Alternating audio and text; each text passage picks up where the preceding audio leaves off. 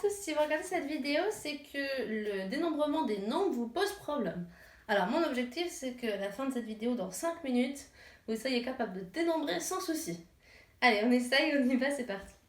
Dénombrer un nombre, c'est-à-dire dénombrer une collection, ça veut dire essayer de trouver combien j'ai d'objets, de jetons, etc., de ce que je veux, sans me tromper.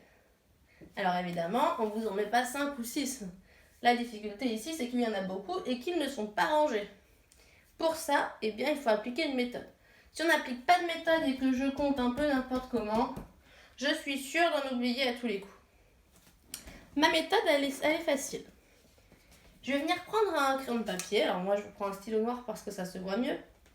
Et je vais à chaque fois barrer les jetons que j'ai comptés. Lorsque je vais pouvoir faire un paquet, je vais les entourer. Est-ce que vous vous rappelez combien il faut de jetons pour faire un paquet? Il en faut 10. Parce que dans ce paquet-là, j'aurais fait une dizaine et ça va m'aider à construire mon nombre par la suite. Donc, première étape, je viens dénombrer à chaque fois jusqu'à 10 et j'entoure d'une autre couleur, de la couleur que je veux. J'entoure mes paquets lorsque j'obtiens 10. Alors, c'est un peu long. On y va et on le fait ensemble. Alors, 1, 2, 3, 4, 5, 6, 7, 8, 9, 10. J'ai mon premier paquet. J'entoure. Voilà une première dizaine. Et je vais venir faire ça pour tout. 1, 2, 3, 4, 6, 7, 8, 9, 10. Vous avez vu, j'essaye pour chacun de mes paquets, j'essaye de faire en sorte qu'ils soient les uns à côté des autres. Parfois, vous avez tendance à prendre un peu partout. Et du coup, pour faire le paquet, c'est compliqué. Parce qu'il faut que j'aille un petit peu par là et un petit peu par là. Ça ne fait pas vraiment un bloc pour faire le paquet, on ne s'y retrouve pas. Essayez vraiment de barrer des jetons qui sont proches les uns des autres. 1, 2, 3, 4, 5, 6, 7, 8, 9, 10.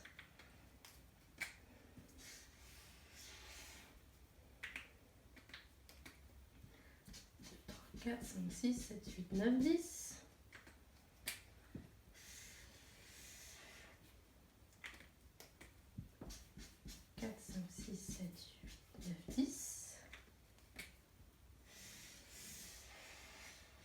Autre stratégie aussi pour bien réussir cet exercice, on essaye de ne pas laisser de jetons de côté. Vous avez vu là, je suis venue chercher ce qui restait. Parce que s'ils restent de côté, après pour les inclure dans un paquet, c'est plus compliqué.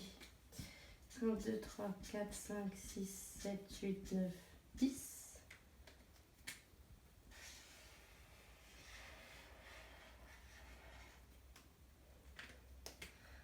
1, 2, 3, 4, 5, 6, 7, 8, 9, 10.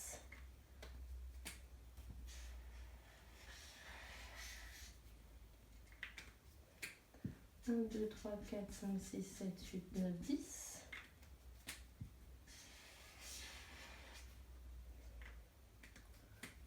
1, 2, 3, 4, 5, 6, 7, 8, 9, 10.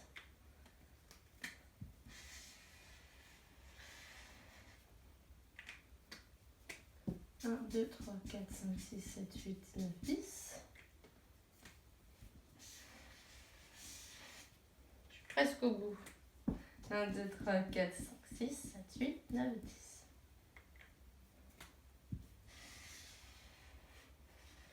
À votre avis, est-ce que je me suis trompée?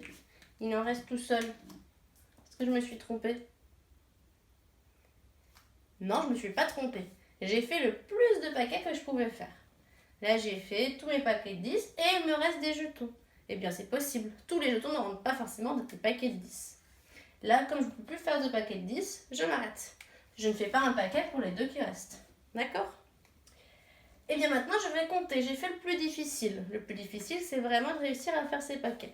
Maintenant, on compte. Je vais compter combien j'ai de paquets de 10. Alors, on y va. 1, 2, 3, 4, 5, 6, 7. Alors, vous en avez compté 11. C'est bien. Donc, 11 paquets. J'ai mis un carré rouge comme ça pour vous dire 11 gros paquets de 10. Et combien de petits jetons tout seuls? Combien de petites unités?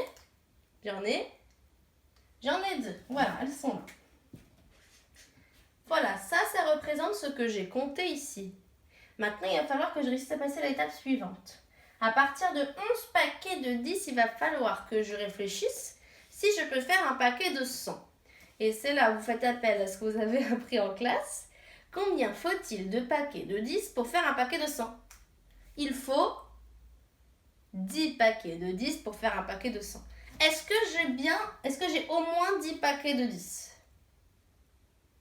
Oui, j'ai 11 paquets de 10, donc 11 c'est plus grand que 10. J'ai au moins 10 paquets de 10.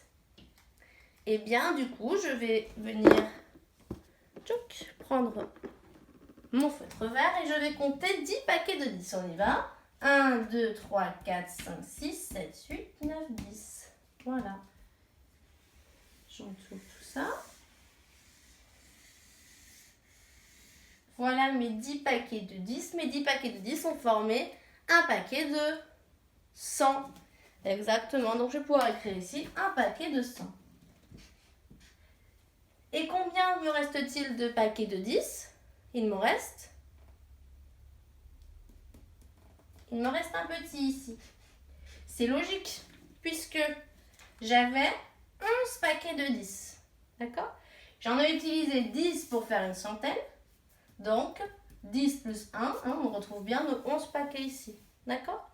Donc, une centaine, un paquet de 100, un paquet de 10. Est-ce que mon nombre de petits jetons tout seul a changé? Non, il n'a pas changé, c'est bien. Il me reste toujours 2 unités. Maintenant, je vais pouvoir passer à l'explication là où on écrit bien centaines, dizaines et unités.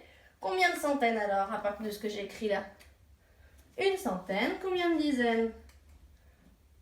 Une dizaine. Et combien d'unités? Je vous écoute. 2 unités. Et pour tous ceux-là qui ont pris de l'avance, je suis sûre qu'il y en a qui savent ce que j'attends ici. J'attends qu'on écrive notre nombre final en chiffres. Quel nombre j'ai formé là? Combien de petits objets j'avais ici? Eh bien, une centaine, une dizaine et 2 unités, ça fait 112. Voilà comment dénombrer une collection d'objets sans vous tromper. J'espère que c'est bon pour vous. Si vous avez encore des questions, évidemment, on est en classe pour y répondre. Bonne soirée!